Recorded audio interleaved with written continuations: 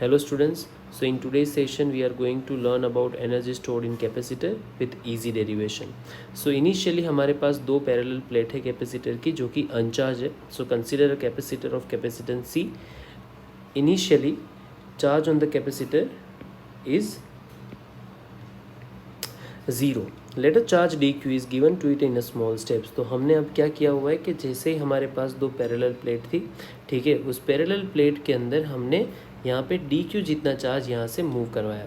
अगर D Q जितना charge move करवाया बच्चों, तो इनिशियली तो ज़ीरो था, यानी कि पोटेंशियल भी ज़ीरो था, रिपल्सिव फोर्स था नहीं.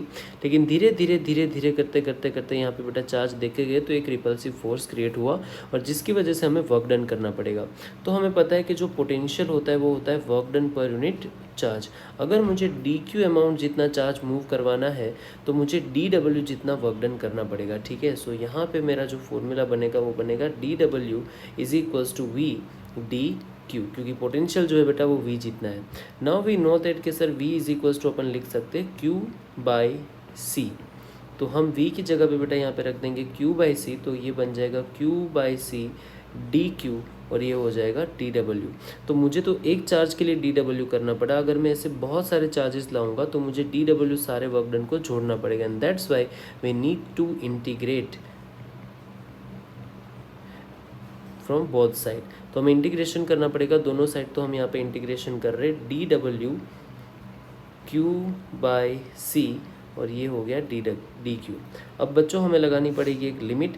तो हम डी डब्ल्यू ज़ीरो से डब्ल्यू जितना वर्क डन करेंगे, और यहाँ पे बेटा ज़ीरो से लेके क्यू जितना चार्ज रखने वाले हैं. ठीक है, तो ये हो गया बेटा आपकी लिमिट सेट. अब हमें क्या करना है, यहाँ पे सिर्फ छोटा सा डेरिवेशन करना है. तो अगर मैं इसका डी डब्ल्यू का डेरिवेशन करूँगा तो मुझे मिलेगा डब्ल्यू, और ये मेरी हो गई लिमिट. सी कांस्टेंट है, यानी कि बाहर आ जाएगा. इंटीग्रेशन बचेगा क्यू डी क्यू का. इंटीग्रेशन ओवर क्यू जो होगा वो डी क्यू जो होगा वो हो जाएगा क्यू स्क्वेयर बाई टू. तो मैं यहाँ पे रख दूंगा वन बाई सी ज़ीरो से क्यू, तो ये हो जाएगा Q square by two. Now इसकी जो लिमिट है वो है ज़ीरो से क्यू, और ये हो जाएगा W. So W is equals to बचा हाफ टू सी और क्यू स्क्वेयर. तो आपका जो फाइनल इक्वेशन बचा वो बचा W is equals to Q square upon 2C. So this is the work done stored as the energy in capacitor. यही work done जो है बेटा वो किसके बराबर है, उसके एनर्जी के बराबर है. ठीक है, अगर मैं Q is equals to C V रख दूंगा तो यहाँ पे W is equals to C square V square, और ये हो जाएगा 2C से ये कट जाएगा तो बचेगा half C V square. This is also the formula for the work done. और एज वेल एज अगर हम हाफ सी वी स्क्वायर के अंदर C की जगह पे Q बाई वी रख दें, ठीक है, तो ये जो फॉर्मूला बनेगा वो बनेगा half Q by V into V square से भी कट जाएगा तो half Q V. This is the also formula for the potential energy in the capacitor. So this is the easy derivation. You can take the screenshot of it.